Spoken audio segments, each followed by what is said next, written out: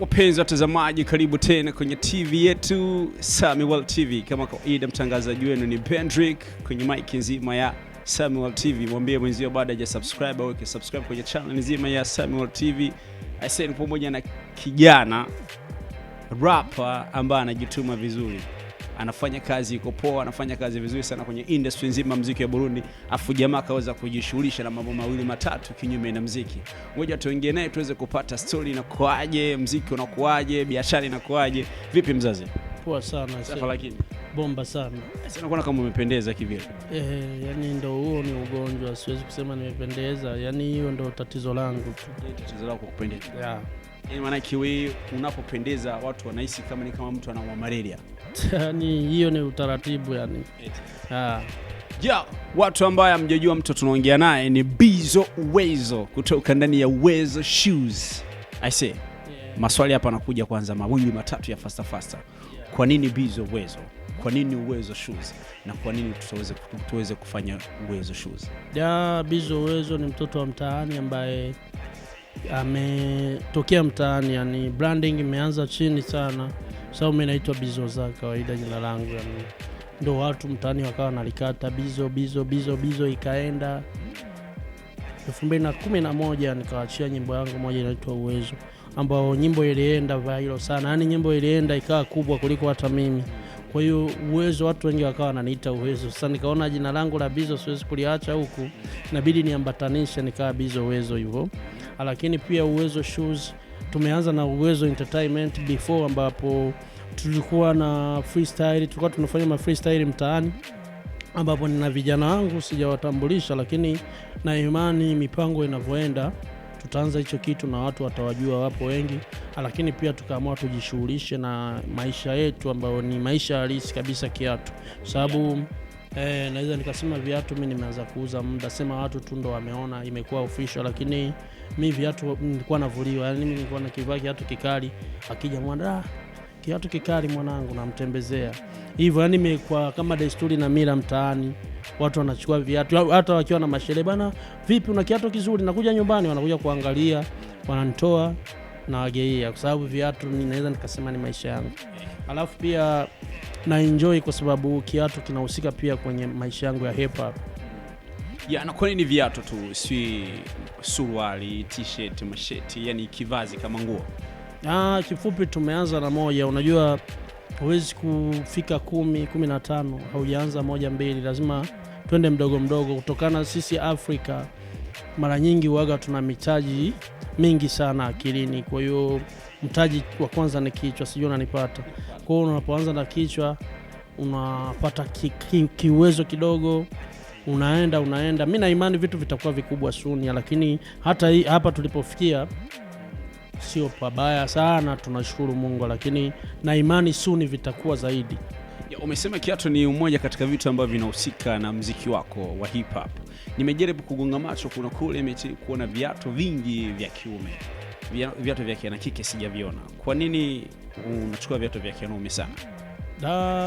Labda ukuangalia. Nasema vya kiume vipo vingi sana. Vya kike napo viko, lakini ni vile ambavyo vinaonekana pia ni vile vya kuvaa wanawake, tuseme bado hapa mzee baba.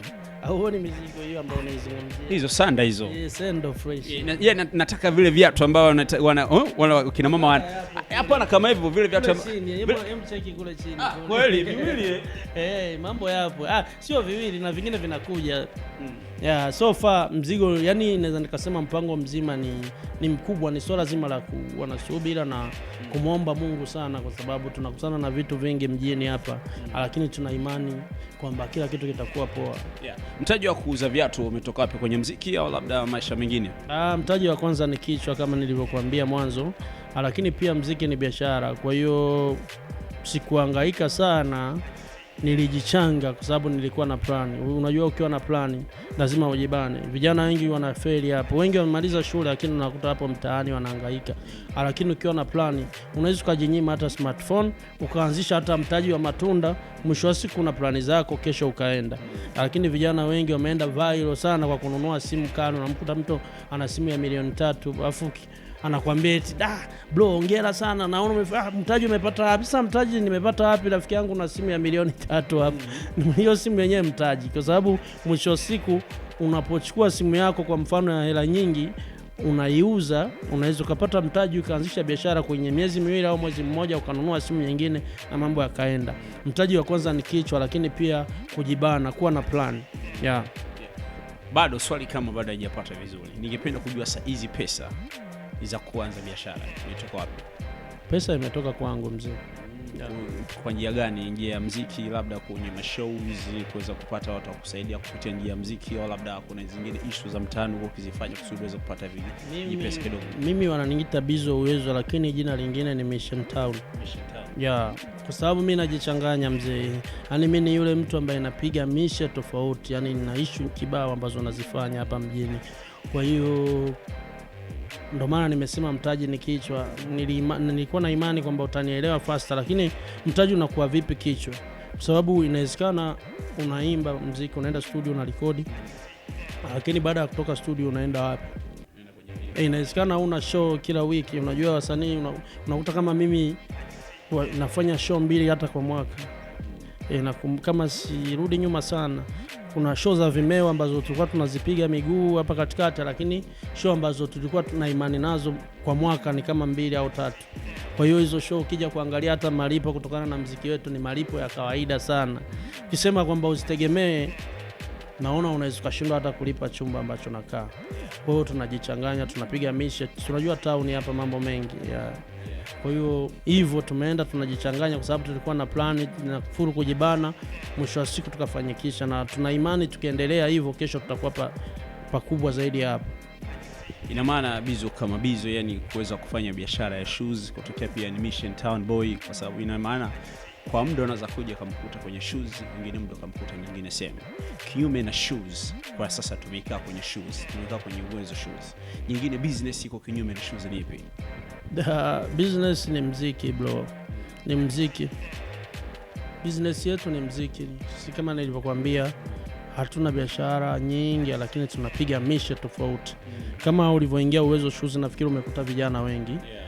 Maana kwamba sisi sio mabosi wa vijana ambao tuko nao, lakini sisi unavyotuona hapa vijana tumeamua tujiunge, tufanye umoja, twende, au sio? Kwa hiyo mishe ambazo utanitegemea sana kama unataka kunipa mchongo sana ni muziki. Hizo mishe zingine zijawa official, kama zikitakiwa ziwe official tutaambia watu, lakini kwa muda huu tufikirie kama wanamuziki ambao wanauza viatu. Asante. Ngoja tuseme kwanza hongera sana kaka kupitia Uwezo shoes na mingine mishemisha hapa na pale, kwa sababu ni mmoja katika vijana ambao wanafanya muziki kwenye industry ya Burundi na waweza kujishughulisha na mambo tofauti. Je, kutazama wengine wasanii wanaikaa kwenye muziki sana, mambo yao wengine wanayafanya waweke hadharani, lakini wewe kama wewe Bizo Uwezo unaamua kujihusisha na Bizo shoes. Tuweze kuchukua hii Uwezo shoes ishawavika kama wasanii wangapi hapo Burundi? Hapa ni kama wasanii wote, kwa sababu hii kwa wasanii ni familia mzee. Na nimetoa wito pia kwa wasanii chipukizi na wasanii wengine wawe free, kwa sababu hichi ni kitu chao. Kwa hiyo tunadili na wasanii wote, yani since day one wasanii wote wanakuja. Okay, twende sasa kwenye muziki sasa. Tunarudi kwenye muziki asilia ya Uwezo shoes kama kawaida na asilia ya Bizo Uwezo. Uliweza kuacha nyimbo yako ilikuja nzuri sana na hadi kwa sasa ina trend, inaitwa Murakumbuwe. Kwa nini ile nyimbo umeita vile? Na mimi ni mshabiki mzuri kwanza wa muziki. Kabla ya kuwa mwanamuziki, mimi napenda muziki sana. Kabla sijakupatia, umejaribu kuwaimba wale wasanii wa zamani wakina Chanchomisi, wakina Christopher Matatu, wa marehemu. Kwa nini umejifikiria na hiyo idea imekuja? Idea imetokana kwamba mimi ni mshabiki, nishakwambia. Mimi ni mtu ambaye nimeanza kusikiliza muziki muda mwingi, yani, na mpaka sasa hivi naweza nikasema na rekodi mara chache, kutokana kwamba mimi nasikiliza mara nyingi kuliko kuimba studio. Kwa hiyo idea ndio maana unaonaga za kwangu zinakujaga tofauti. Mimi nilicompare muziki wa zamani na sasa hivi, nikaona kama muziki wa sasa hivi kuna vitu vingi ambavyo umemiss. Sio, unanipata hapo mzee baba? Ukisikiliza sana vijana sasa hivi hata sio waimbaji, yani wengi wanapiga kelele tu. Ukisikiliza vijana sasa hivi wengi ambao wanaingia kwenye industry. Kwa hiyo nilivyocompare na wazee wetu, Bro, sasa hivi tuna YouTube, tuna Instagram, tuna Facebook, tuna vitu kibao. Lakini zamani wakina Chancho walikuwa wanaimba, hamna YouTube, hamna social network yoyote ambayo ilikuwa inawasupport, lakini wasanii walikuwa wanafanya show Uganda, Ubelgiji, Ufaransa, wanafanya show South Africa, wanafanya show Kinshasa. Lakini sasa hivi hizo vitu zote zimekuja, hamna msanii anaofanya show hizo nchi. Ushawahi kusikia katika vijana sasa hivi? Yaani nimegundua sisi tumebweteka, hatufanyi kazi, tumelala sana vijana sasa hivi. Nikasema acha niwashtue, kwa sababu mimi nyimbo zangu kusema kweli zinakuwa za kuwajenga watu, na nashukuru Mungu sana. Ukirudi nyuma kidogo, nimefanya nyimbo inaitwa na Raendosi. Kuna watu ambao nimevimba kwenye ile nyimbo mpaka sasa hivi kuna watu wanaishi kupitia ile nyimbo. Yani kuna maisha, wasanii kibao wamebadilisha, hawafanyi ule uhuni ambao nimekemea, hawafanyi vile vitu ambavyo nilikuwa nagusia, lakini mpaka sasa hivi tunaenda vizuri, au sio? Kwa hiyo idea sikupata nayo tabu sana, ilikuwa simple tu nikawa nimeipata. Umejaribu kusema kwamba vijana wa sasa wanapiga kelele. Unaposema hivyo, kuna wasanii ambao wako wanatoka kwa sasa, vizazi vipi ambavyo bado vinaimba, unaweza kujaribu hata kuwa lengo ukasema ni fulani na fulani wanapiga kelele? Nikisema vijana, mimi pia ni mmoja katika vijana wao. Kwa hiyo sina haja ya kuwataja majina, lakini na imani ukweli wote wanaupata, kwa sababu hii imeenda sasa hivi vijana wanaimba matusi. Sasa hivi nyimbo sasa hivi ukitaka hata kuplay, ukiwa na radio unataka kuplay, inabidi uangalie mbele, uangalie nyuma, kitu ambacho zamani ilikuwa hamna. Sasa hivi nyimbo unaangalia ni unataka kupiga nyimbo, mama akachomoza, unasema ngoja hii niirusha nipige nyimbo nyingine. Kwa sababu gani? Nyimbo haina maadili. Ila ukirudi nyuma kidogo, mzee, ulikuwa ukiplay nyimbo watu wanasimama, ukiplay nyimbo watu wanasimama. Ndio maana zamani ulikuwa unaona hapa kuna baa, hapa kuna kanisa, afu ukisikiliza kanisani, ukisikiliza baa, nyimbo kama zinaendana hivi. Lakini sasa hivi sehemu kuna baa, kanisa, yani ni vitu viwili tofauti. Yani ukitoka hata kanisani unaenda baa, watu wa baa wanakushangaa. Ukitoka kanisani unaenda baa, watu wanakushangaa. Lakini zamani vilikuwa vitu vya kawaida.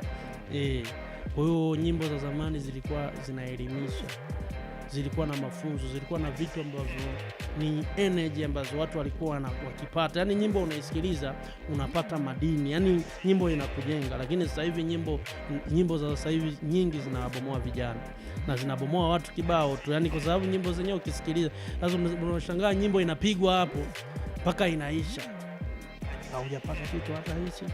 Jusikati nilienda club kapigwa ngoma fulani, tukacheza. Nilivyoondoka nyumbani nikalala. Sasa asubuhi naamka nikajiuliza moment iliyopita jana, sasa hivi jana ndio nyimbo nilikuwa nasikiliza mimi. Nikagundua kwamba nyimbo za sasa hivi sio kabisa, ni nyimbo fulani ambazo hata ukisikiliza unakuwa sio wewe. Yani kwa nini umecheza wakati umesikiliza kama nyimbo sio hiyo? Mimi nimekwambia ni mshabiki wa muziki. Kabla ya kucheza, kabla ya kufanya kila kitu, mimi ni mshabiki wa muziki. Ilikuwa ni nyimbo gani? Siwezi kutajia nyimbo mzee. Burundi au tofauti na nyimbo ni tofauti na Burundi, kwa sababu bro, mimi napozungumzia muziki Mrakombo way, sijasema wasanii wa Burundi tu kwamba ndo wanaimba matusi. Sema wasanii wa Burundi nao wana force kuimba matusi. Kuna wenye matusi yani wanakopi sana. Yani muziki, unakuta muziki wa nchi fulani unahamia huko. Watu wanasikia bana, sasa hivi napigwa ama piano South Africa imefanya vizuri dunia nzima, huyu hapa naye ama piano. Watu wanafikiria kwamba ndo tunaenda international, lakini ndo tunafeki uloko wetu, unabaki kuwa uloko zaidi, kwa sababu ukitaka kwenda international huko inabidi utoke kwako ndo uende. Kama unamsikiliza Justin Bieber tangu aanze kuimba, samani nimetoa kwa mfano kwa msanii wa nje, lakini tangu umsikie Justin Bieber sidhani kama ushawahi kumsikia amebadilika. Kwa hiyo hayupo international. Lakini hapa media na watu wengine wamekuwa wakiforce wasanii kuambia wabadilike waende international. Lilimba izitambika, lilimba izimezuku, lilimba hivi, vitu ambavyo sio muziki. Muziki ni kuwajenga watu, sio kuwabomoa watu. Kwa hiyo nichukue mfano labda, kama unamaanisha kwamba Burundi kwa sasa tunajaribu kutoka kwenye maadili ya muziki wa Burundi, tunajaribu kukopi maadili ya muziki wa nje. Wewe kama Bizo Uwezo, ushauri wa bure, unashauri kitu gani? Na ushauri wa bure kwa wasanii wenzangu ambao nawapenda sana, na ningependa kesho kuona msanii anapushi ndinga kali, anaishi nyumba nzuri kupitia muziki wake, kwa sababu kama Mungu ametupa kipaji, ina maana ana plani na sisi. Tusilazimishi. Mfano unakumbuka yule jamaa Gakwavu ule alikataka Gakwavu mkia eti anaenda kujikungutia. Hiyo story si unaijua ile. Wasanii wanafikiria kwamba huyu msanii ametoka nje, amekuja Burundi, amepiga show, amepata milioni 100. Sasa ili tupate hiyo milioni 100 inabidi tuimbe kama yeye. Haiwezekani bro. Wewe Mungu ameshakupa kipaji. Tumia kipaji chako Mungu alivyokikupa. Ana plani na wewe. Mungu hawezi kututupa. Mungu ni wa sisi wote. Kwa hiyo kama sisi tuna maadili ya muziki wetu, tukifocus nayo, Mwenyezi Mungu atatupa kupitia tunachokifanya sisi. Lakini kama Mungu akiona hatuna misimamo, tuna mara huku mara umeimba kama Kofi, mara umeimba kama Diamond, mara umeimba kama nani, tunaenda wapi? Mungu ataona hao watu hawana misimamo, hawafai kupewa. Siku Mwenyezi Mungu ataona hao watu wana misimamo, atatupa. Mimi na imani hiyo sana. Kwa hiyo msanii sasa hivi anakuwa anaulizwa kwamba wewe unaimba muziki gani? Anakuambia jewe je ndirimba vyose stile zose. Sasa ndugu yangu, wewe unaimba vyote.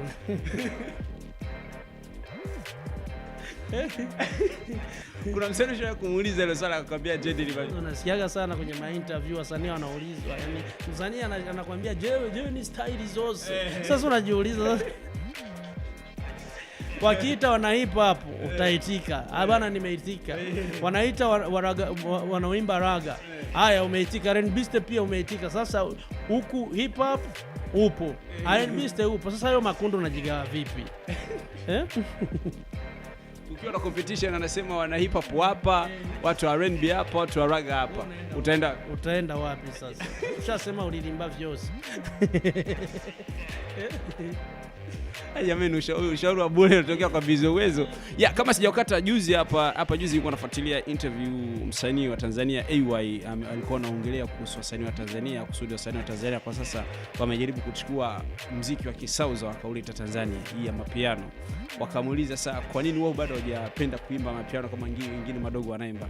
Akasema wapi umemsikia msanii wa South Africa ameimba Bongo Flava?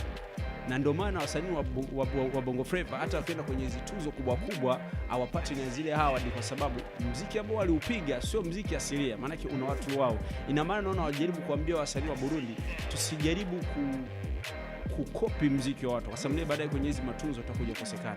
Maana yake wanataka kuambia warudi kwenye ile muziki wa kizamani tunaita akiwacho. Sisi tuna muziki wetu mzuri tu. Wakina Kajanini wametuwakilisha Ufaransa international huko tumeenda, wakina Chancho, wakina Christophe Matata, wakina Nio Mungere, wakina Bahaga, wakina nani, na muziki wetu ulikuwa na radha ambayo yani ni tofauti. Sasa unasikia muziki unakuvutia. Ila sasa mzee, huu muziki ambao sasa hivi vijana wanafanya wengi, hata sijui wameupata wapi. Una maana kufuata. Muziki buno. Yaani nyimbo fulani za kijani ya mikono. Sasa hiyo nyimbo ndo umeimba muziki buno kweli. Utampa mama yako link ya share na yeye. Kwa sababu hili twende inabidi tupate baraka pia za wazazi. Sisi mama nimetoa muziki usikie, afu baadaye mama anasikia tuje mchumba. Tubikole vya vindi. Sasa kushangaa nasema sasa huyu ameniambia nini? Sio unanipata mzee baba. Kutokea hapo pia nimejaribu mimi nazidi kufuatilia mara nyingi posti za wasanii tofauti. Pia nimejaribu kufuatilia na wasanii baadhi na namba zao. Kuna posti moja ilikuwa na uliposti ulikuwa pamoja na msanii mwenzako Fizo. Ukajaribu kuandika chini eti sisi Bilimani hatuendi kama huko tutapambana huko mjini. Kwa nini? Hiyo posti kuna watu wanakatishana tamaa kwamba maisha kikatabu Bujumbura, unarudi kijijini. Hiyo ni kama pale umeongelea wale wadogo. Madogo gani? Wale madogo ambao wamefanya inaitwa Bilimani Boy.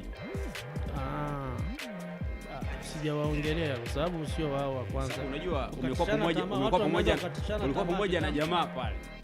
Bila madogo wametoka kwa yule jamaa. Sawa, wakatengeneza Billiman Boys. Pia mmoja akatoa nyimbo anasema nzuri. Huko unasema jamani hapa hatutoki mjini, twende milimani, tunapambana huko. Uone kama pale kuna kitu fulani.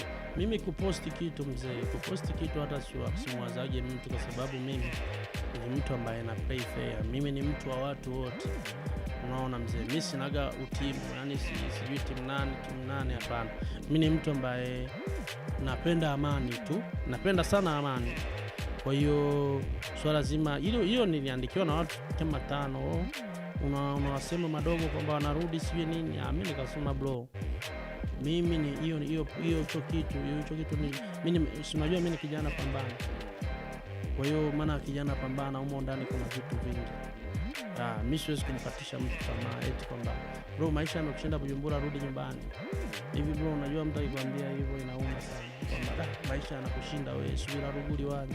Hivi ushazoea maisha ya kulambalamba, maana umedandia kidaladala, umefanya nini wewe utaweza kwenda kulima mzee? Wewe kuna vitu vingine.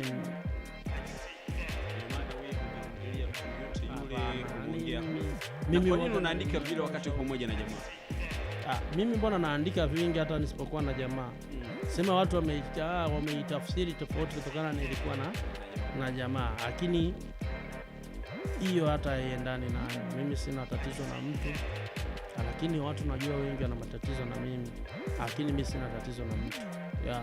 Mimi nafanya muziki wangu, na muziki mimi huwezi kuamini haujawahi kunilipa mpaka niseme kwamba nimelipwa sana kwa kupitia huu muziki. Kwa hiyo muziki mimi nimefanya kwa mapenzi tu, kwamba nchi yetu tunabidi tupigane ili twende mpaka siku viongozi watajiongeza, waseme vijana wanafanya, waweke hela upande wetu, itakuwa vizuri zaidi. Lakini kwa sasa hivi kusema kweli maisha ya msanii yanatisha. Yaani msanii mwingine anaweza kujikuna hivi kaona vumbi kichwani. Kwa hiyo muziki umefika pabaya sana, yani tuko vibaya. Na hichi kitu nawaambiaga wasanii bani, tuambie viongozi wetu kwamba tunaumia, tupate msaada japo hata kidogo, maisha ya msanii yabadilike. Sasa wasanii, tatizo ni moja, wasanii na Burundi hamtaki kushikamana. Wasanii ungana sana. Wasanii dunia mzima washikamani hata siku moja mzee baba. Kwa sababu kama mnafanya competition, wewe unauza nyanya, wewe anauza nyanya, mnaanzaje kushikamana? Inabidi pawepo beef ambao ni faida, sio unanipata. Kwa hiyo mimi kinachoniuma kwa wasanii wenzangu kwamba wanatangaza shibe sana kuliko njaa, kwa sababu hawaishi maisha yao, wanaishi maisha ya mitandao. Alafu hayo maisha ni mabovu sana ndugu yangu. Maisha ya kuigiza. Yaani mtu akifika town ndio anapiga picha, akiwa mtaani apige picha. Au unajiuliza anaishi town kwenye mgawa mzuri ambao amekula vinyama pale, ndio anapiga picha, akiwa nyumbani kwa maharage apige picha. Akiwa kwake kama ni Kanyosha, kama ni wapi huko, ndo apige picha kabisa. Akifika town mamaye utamuona picha kibao. Sasa maisha hayo maisha gani? Kwa hiyo ndio maana nimesema na raendosi. Yaani umeota jamii, umeota. Maisha kidogo yamechange ya wasanii. Wapenzi watazamaji, pamoja na Bizo mnajua kusikia mambo jamaa haja tufresh, lakini zaidi angeweza kupata kipande kidogo kwa na raendosi na kipande kidogo kwa murakumbuwe. Narosabagigi turire bakiriye kirahera, ubuzima buri fresh atagiturire kikihari, hamandonko butumire bwa concert muri Somali El Shabab turamukanya baryohewe atamihari. Narosaba maraya bose babihevye burundu, duhuriye mu misa turiko tuvuza impundu, ndota basopai babihaye batanguye business yo gucuruza amapapai. Bamwe bakubita kanshi bagenda barasesa makashi. Narose mbaza Imana ko yatumye izindi ntumwa ko bukeye uko bwije hari urundi rusengero, embwira yuko benshi muri abo bubu bari bisuma, mbere hagiye kuza benshi nk'insozi ziduma. Narose abigisha babihevye by'amakuru ku ishure bamenya bose ukuri kwa myatagata, abapasiteri bumvikanye batagifa amasadaki 100 miliyoni batabikinira karata. Narose abajene bose babihevye by'amarigara bijukiye ibikorwa mbona bariko barakora. Hiyo ni kwenye naraendose. Umeingia kwenye maisha ya watu wa kawaida, naraendose kwenye maisha ya wasanii. Sasa kwa nini unaforce? Unajua nimeimba. Hamna, tuna enjoy, tunaburudika. Mashabiki waburudike kupitia naraendose. Tuende kwenye ile maisha ya kawaida, watu wa kawaida, mapasta nini na nini. Hatukusikia share, hatukusikia party, tukusikia mapasta tu.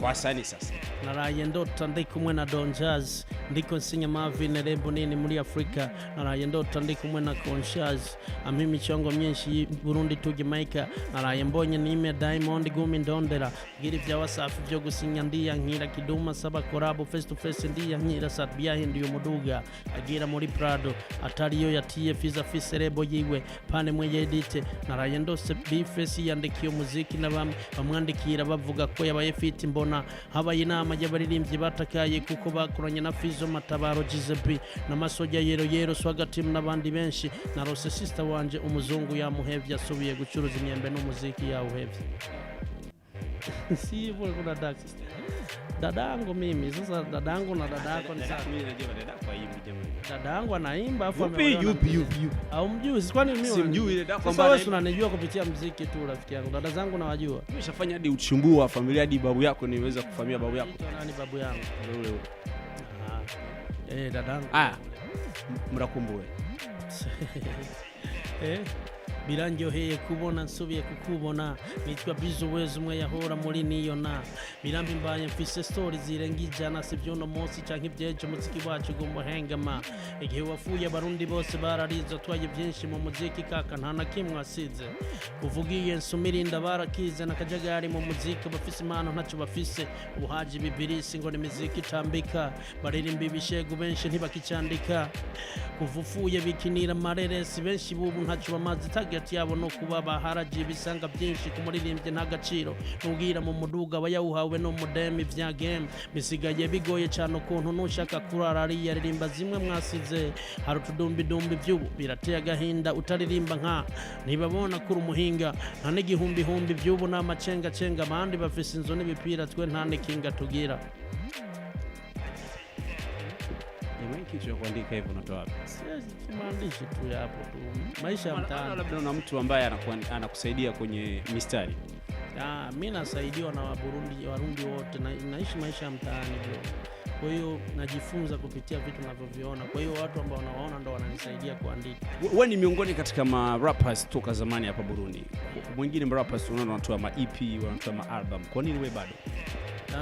Mimi ni rapper wa zamani ambao watu wote wanajua ni wa zamani tangu 2010. Lakini huwezi kuamini na nyimbo za 8 tu mwaka 2010 nyimbo 8. Kwa nini nyimbo 8? Mashairi machache au? Hapana. Unajua nyimbo nyingi za nini wakati muziki tunaona hauna hela ambazo tunazihitaji. Sababu kama ugali ningekuwa naona upo kweli back to back zingekuwa naweza nikatoa nyimbo mimi na nyimbo nina store ya nyimbo kama 50 ambazo zimekaa lakini sasa nazitoa nipeleke soko gani unajua inabidi ubalance ndio maana unaona wasanii wengine mwisho wa siku wanaacha muziki moja kwa moja kwa sababu unakuta msanii ana force awe star mwaka mmoja na achia album 2 anakosa soko ya kuuzia hiyo album mwisho wa siku unamtafuta kwenye simu hapatikani ukimuuliza vipi mbona wewe unaona sisi inabidi tujifiche ujifiche wapi una simu sema sina simu ndugu usaidiwe kuna wasanii hapa mzee wamefanya vurugu nyingi hapa kwenye muziki wetu lakini mwisho wa siku nampigia simu mwanangu njoo town mwanangu niko busy yani niko studio niko location siwezi inabidi nijifiche kuliko akwambia bwana sina hela ya taxi mwambie yani mficha uchi azai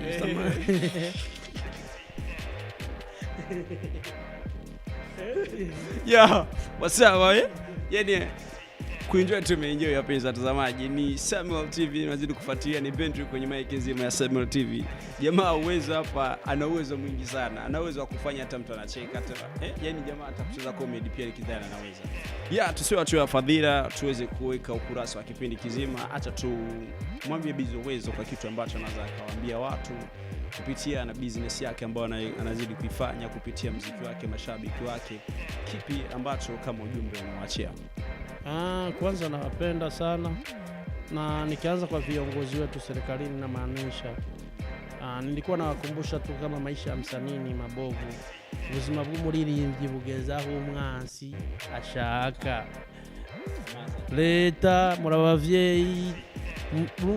murabavyeyi bacu turakeneye mutwibuka baririmbyi tubayeho nabi turakeneye gutera imbere natwe turakeneye kwisumamo mu mwuga wacu murakoze. Hanyuma acha nishukuru TV online kwa sababu mmekuwa wengi sasa hivi, lakini nikiwakumbusha na nyinyi majina yenu mmeacha kutumia kwenye TV. Bendriki kesho na utafungua yake itaita Bendriki. Tumieni majina ya Kibantu ambayo ni jumla. Mimi napenda kuambia watu kwa nini African Boy inapiga hela. Ni jina la Kibantu ambayo sisi wote tumo katika African Boy.